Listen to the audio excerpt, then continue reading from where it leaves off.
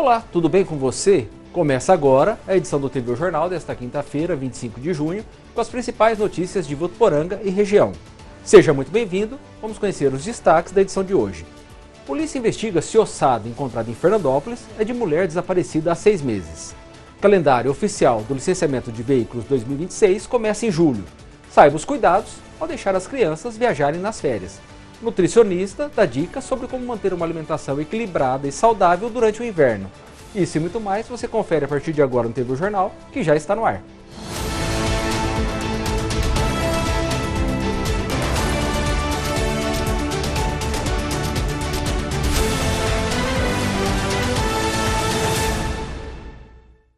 A Polícia Civil investiga se uma ossada encontrada na zona rural de Fernandópolis é de uma mulher de 32 anos que está desaparecida há 6 meses na cidade.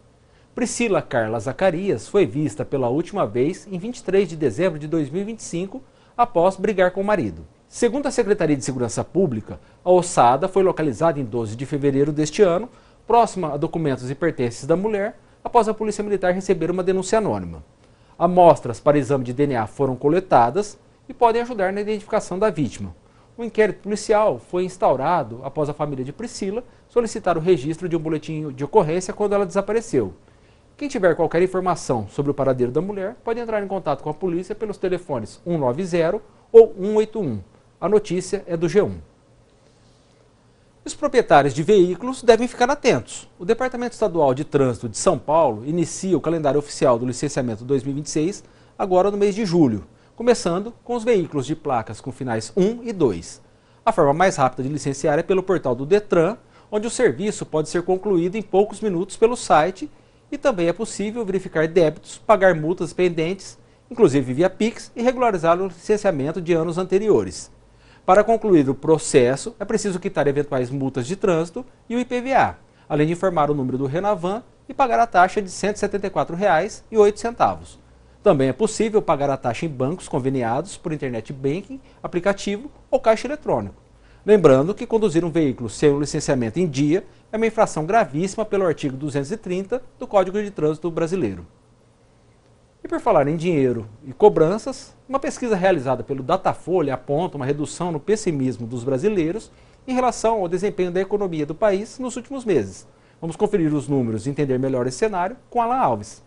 Segundo a pesquisa, 26% dos entrevistados consideram que a economia do país irá piorar. É uma queda de 9 pontos percentuais em comparação ao mês de março deste ano, em que 35% dos brasileiros avaliavam que a economia iria piorar. A pesquisa revelou ainda que 32% dos entrevistados acham que a economia permanecerá como está e 6% disseram não saber. O levantamento também mostrou que 51% das pessoas ouvidas responderam que o próprio contexto melhorará nos próximos meses e outros 12% acreditam em piora. Os que acham que a situação da economia vai melhorar pertencem a famílias com renda familiar mensal de até 2 salários mínimos, o que corresponde a 41% dos entrevistados. Por outro lado, o pessimismo é maior entre os mais instruídos, 32%. Com renda familiar mensal de mais de 5 salários mínimos, o que corresponde a 35% dos entrevistados. O Datafolha ouviu 2.004 pessoas entre os dias 17 e 18 de junho. Foram entrevistados indivíduos com 16 anos ou mais, distribuídos por 139 municípios. A margem de erro é de 2 pontos percentuais, para cima ou para baixo. Agora, uma informação importante para a comunidade católica. Chega a Votuporanga nesse fim de semana a imagem de Santa Joana Princesa, vinda de Portugal. Para marcar esse momento especial, será celebrada no domingo uma Santa Missa, presidida pelo bispo Dom Moacir. Isabelle Sami traz mais detalhes da programação. Hoje nós estamos com o Padre Adão da paróquia Santa Joana Princesa, aqui de Votuporanga, que vai nos contar sobre uma programação um pouco diferente, mas especial, que acontecerá neste final de semana. Padre, seja bem-vindo. Começa falando para a gente da programação, né? O que está por vir? Bom, nós estamos em festa, né? Agora em maio nós tivemos a nossa padroeira, Joana Princesa, e agora mais ainda, com a graça de Deus, a partir do dia 28, próximo domingo, nós teremos a imagem oficial da nossa padroeira que vem de Portugal, né? Então ela foi feita aqui no Brasil, uma réplica, né? e assim agora nós teremos essa identidade nova na nossa comunidade paroquial. Padre, qual que é a importância dessa imagem, da chegada aqui, especialmente na paróquia? Todas as vezes que a gente fala de imagem, principalmente nós na Igreja Católica, às vezes até temos algumas indicações de alguns irmãos, né, que acham que nós adoramos. Não, pelo contrário. Nós, na imagem, nós veneramos, né, a imagem de alguém que pôde viver com simplicidade e humildade os valores do Evangelho. Então, quando nós temos alguém, por exemplo, como no caso de Joana Princesa, uma jovem filha de um rei, né, que tinha toda a beleza para poder viver os seus reinos, casar com os príncipes e tal, mas de repente ela abandonou tudo isso para viver o Evangelho. E, portanto, para nós é uma fonte de inspiração, onde vai, com certeza, convidar a todos nós também a viver a nossa vocação. Qual é? A santidade. Todos nós somos chamados à santidade. E claro, merece uma celebração, uma programação especial. Conta pra gente dos horários, dos locais. Sim, ela está para chegar na nossa paróquia, né? Então nós vamos começar, na verdade, no sábado. Ela vai visitar a comunidade, a Capela Santa Rita de Cássia, a partir das 19 horas. Na parte da manhã, no domingo, no dia 28, às 9h30 da manhã, ela estará na Capela São Vicente, 9 horas, na Capela São Vicente. E às 17 horas, na Capela São Vicente, nós faremos uma concentração e ali iniciaremos a nossa carreata, que vamos dirigir até a Igreja Santa Joana Princesa. Às 19 horas, nós teremos a presença do nosso bispo, Dom Moacir, que fará, né, a celebração, presidirá a missa e, no final, abençoará a nova imagem, consagrando, então, a nossa paróquia sobre a intercessão da Beata Joana Princesa. Padre, para a gente finalizar, então, deixa um convite para os fiéis participarem desse momento. Assim, gostaria de dirigir a todos os munícipes de Votuporanga, né, assim também como o nosso povo da Zona Norte de Votuporanga, para logo mais, no dia 28, estarmos todos juntos, reunidos, né, nesse momento de fé, de devoção e ao mesmo tempo de inspiração. Um tempo em que a gente vive de fechamento, de isolamento. Quando nós temos alguém que viveu na prática o Evangelho e se torna modelo, somos também convidados a estar juntos. Então venha conosco celebrar. Será um prazer recebê-los em nossa casa. Vamos falar de oportunidades para quem está em busca de uma vaga no mercado de trabalho? Chegou o momento de conferir as opções disponíveis em Votuporanga e mais uma edição do quadro Teleemprego. A Santa Casa de Votuporanga está com processo seletivo aberto para auxiliar ou técnico em enfermagem para centro cirúrgico, enfermeiro assistencial para UTI geral, técnico em enfermagem para UTI neonatal, UTI geral e hemodiálise e estagiário de enfermagem. Se você ficou interessado, envie seu currículo para trabalheconosco@santacasavotuporanga.com.br e concorra às vagas. O posto de atendimento ao trabalhador em Votuporanga tem vagas disponíveis para costureira, embalador, montador, serviços gerais, montador de móveis, vendedor externo, operador de loja, promotor de vendas, repositor de frios, operador de loja para depósito, operador de loja para mercearia, zeladoria, soldador, lavador e pedreiro. O PAT fica localizado no Centro do Empreendedor, na Rua Barão do Rio Branco, número 4497. O horário de atendimento é de segunda a sexta-feira, das 9 horas da manhã às 3 horas da tarde. Acesse o site www.empregavotu.com.br e cadastre seu currículo para concorrer às vagas. Na Associação Comercial de Votuporanga, você encontra vagas para apoio de loja, atendente, atendente de padaria, auxiliar de comércio, auxiliar de limpeza, auxiliar de mecânico, auxiliar de saúde bucal, consultora volante, cozinheira, entregador, estoquista, jovem aprendiz, lavador de máquinas pesadas, marceneiro, mecânico, montador de estrutura, operadora de caixa, operador comercial, pedreiro, pós-vendas, promotor de vendas, prospecção de clientes, representante comercial, soldador e vendedor para diversos segmentos. Se você ficou interessado, envie seu currículo para emprego@acvnet.com.br ou envie pelo WhatsApp 17 98132 0022. A ACV fica na Rua Mato Grosso, número 3549, com horário de atendimento de segunda a sexta-feira, das 8 horas da manhã às 6 horas da tarde.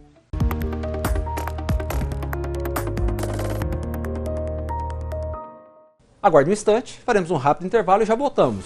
Em seguida, você confere a previsão do tempo e as informações de como se alimentar de forma saudável também no inverno. Fique conosco e não saia daí.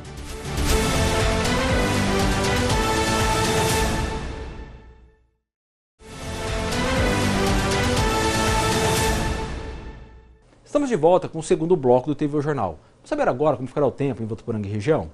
O frio continua intenso em Votuporanga, acompanhado de tempo fechado e da instabilidade climática. Segundo o portal Climatempo, a quinta-feira será de sol entre muitas nuvens em toda a região, com possibilidade de pancadas de chuva rápida durante a tarde e também à noite. E agora, vamos conferir como fica a previsão para as cidades da nossa região. Em Floreal, a máxima é de 16 graus e a mínima de 11, com a umidade máxima do ar em 95%. Em Ponte Gestal, a temperatura máxima é de 16 graus e a mínima de 13, com a umidade máxima do ar em 98%. Em São João de Iracema, a máxima é de 16 graus e a mínima de 11, com a umidade máxima do ar em 95%. Hoje, em Votuporanga, a máxima é de 16 graus e a mínima de 12, com a umidade máxima do ar em 95%. E fechando a semana, na sexta-feira, as temperaturas sobem um pouco, também com possibilidade, segundo a previsão, de chuva passageira durante o dia e a noite. A máxima será de 23 graus e a mínima de 15, com a umidade máxima do ar em 95%. Eu não sei vocês, mas com o frio e a queda nas temperaturas, a sensação de fome parece aumentar. E não é só isso. Nesta época do ano, até as nossas preferências alimentares costumam mudar. Para entender melhor esse comportamento e conferir dicas de alimentação saudável durante o inverno, Júlia Topasso conversou com uma especialista e traz orientações sobre o tema. O inverno chegou e nesta época o nosso paladar começa a ficar um pouco mais seletivo. A gente acaba preferindo um pouco mais de comida mais quente, tentando evitar um pouco mais de comida fria. E com isso a gente está aqui para conversar com a coordenadora do curso de nutrição da Unifeb, Vanessa de Castro, para tirar algumas dúvidas. Vanessa, por que sentimos mais fome no frio? Essa sensação de sentir mais fome é algo metabólico, né? Nós gastamos mais calorias para o nosso corpo manter a temperatura no frio e aí a gente tende a buscar aqueles alimentos mais calóricos, então tomem cuidado na hora de fazer as suas escolhas. E como se organizar para não exagerar?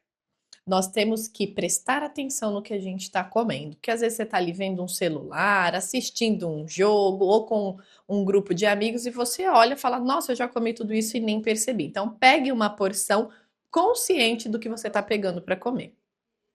Aquela famosa frase, é verdade? Sopa é janta? E aí, gente, sopa é jantar ou não é jantar? Tem aqueles que falam que não e outros que dizem que tá tudo bem. Nós costumamos orientar assim, grandes refeições, almoço e jantar tem que ter uma proteína, tem que ter um carboidrato e uma fibra. Pode ser arroz, feijão, carne e uma salada, mas também pode ser uma sopa, se você souber montar uma boa sopa. Se você vai ter ali um macarrão ou uma batata, uma cenoura, tem que ter outros legumes e, se possível, ter uma proteína, né, nessa sopa, nessa canja. Pode ser um frango, pode ser uma carne de panela, uma carne moída e ter ali essa proporção também de proteína. O nutricionista considera, assim, que uma sopa bem feita é um jantar, sim. E as frutas necessárias para esta época? Frutas são necessárias, independente do frio que está lá fora ou não, o nosso corpo ele precisa da quantidade de fibras. O que eu tenho como dica é, não deixe as frutas na geladeira para que elas não fiquem tão geladas. E também, se necessário, você pode consumir frutas cozidas, fazendo ali purês, vão perder um pouco de vitaminas ou minerais, mas a quantidade de fibra se mantém. Mas uma banana, uma pera, frutas que não são muito aguadas, é uma boa opção agora para o inverno. Abacate também tem uma gordura boa, você pode consumir ali no café da manhã, fazer uma batida. Sim, continue comendo as suas frutas e lembre-se das frutas secas, que são uma excelente opção. E é isso, pessoal. Segue a dica aí da Vanessa de Castro, nossa coordenadora do curso de nutrição. E junto com o inverno, chegam também as tradicionais férias escolares do meio do ano. Com as crianças em casa, muitos pais aproveitam o período para viajar em família ou até mesmo permitir que os filhos visitem parentes em outras cidades. Mas quais as orientações e os cuidados necessários nesses casos? Para esclarecer as principais dúvidas, a Isabelle Sami conversou com um advogado e docente do curso de Direito da Unifev. Entrando em clima de férias, muitas famílias começam a se preparar para viajar com as crianças, ou às vezes mandar os filhos, netos, sobrinhos para casa de outros parentes para aproveitar esse período. E hoje nós estamos com o advogado e docente do curso de Direito da Unifev, o professor Bruno Procópio, que vai deixar algumas orientações. Professor, seja bem-vindo. Começa falando para a gente, né, qual é o checklist necessário para viajar com as crianças? Perfeito. Na verdade, para viajar com uma criança e um adolescente, acaba sendo mais simples do que muitas pessoas imaginam, né? Porque basta uma simples autorização, para caso de viagens nacionais, inclusive ela pode ser por apenas um desses pais. Para caso de viagens internacionais, aí sim ela precisa ser de ambos os pais. Então basta essa simples autorização, com firma reconhecida e os documentos pessoais de quem estiver viajando, obviamente, seja da criança, seja do acompanhante. Feito isso, já está tudo resolvido. Os parentes próximos, importante também importar os documentos, ter sempre essa documentação consigo. Exato, a documentação pessoal, no caso dos parentes próximos, ela é necessária. Parentes até terceiro grau, né? Então primos não se encaixam nessa categoria, tá? Mas no caso dos parentes até terceiro grau, a autorização, ela inclusive é dispensada. Só precisa dos documentos pessoais. Quando a gente fala no primo, aí ele acaba sendo equiparado com um terceiro alheio à família. Aí além da documentação pessoal, precisa da autorização. E você comentou, professor, também a questão das autorizações para viagens nacionais. No caso de pais separados, né, guarda compartilhada ou unilateral, como que funciona essa autorização para viagens internacionais também, no caso? Exato. A questão da guarda em si, ela não afeta a vivência com o filho, né? Ela não afeta uma modificação em relação a essa autorização. Na verdade, para viagens nacionais, seja guarda unilateral, seja guarda compartilhada, se tiver acompanhado de um dos pais, não precisa. Se for viajar desacompanhado, precisa da autorização de um só. E se for viajar para o exterior, caso viaje com um deles, precisa da autorização do outro. Caso viaje sozinho, precisa da autorização de ambos. E, professor, também é importante orientar tanto as crianças quanto os adolescentes a portarem seus documentos, lembrar, ensinar de fato o nome, né, para as crianças, enfim, quais as orientações para os pais nesses casos?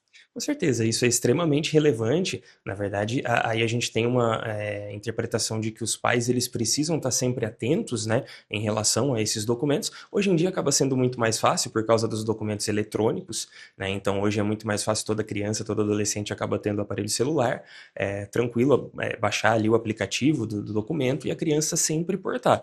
Mas é importante criar essa mentalidade no filho desde sempre, porque numa eventual situação em que ele precise apresentar o documento e ele não tenha, isso pode acabar gerando consequências ruins, não só para a criança, né, mas também para os próprios pais. Professor, obrigada pela participação, pela orientação.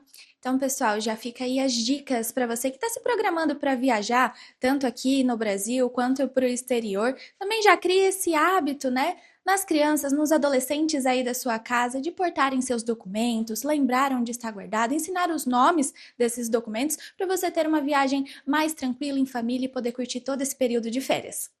E assim, encerramos a nossa edição de hoje. O TV Jornal termina aqui, mas aproveita e segue a gente lá no @Rádio TV Unifev ou assista o canal da TV Unifev no YouTube. Muito obrigado pela sua audiência, nos vemos novamente amanhã. Até lá!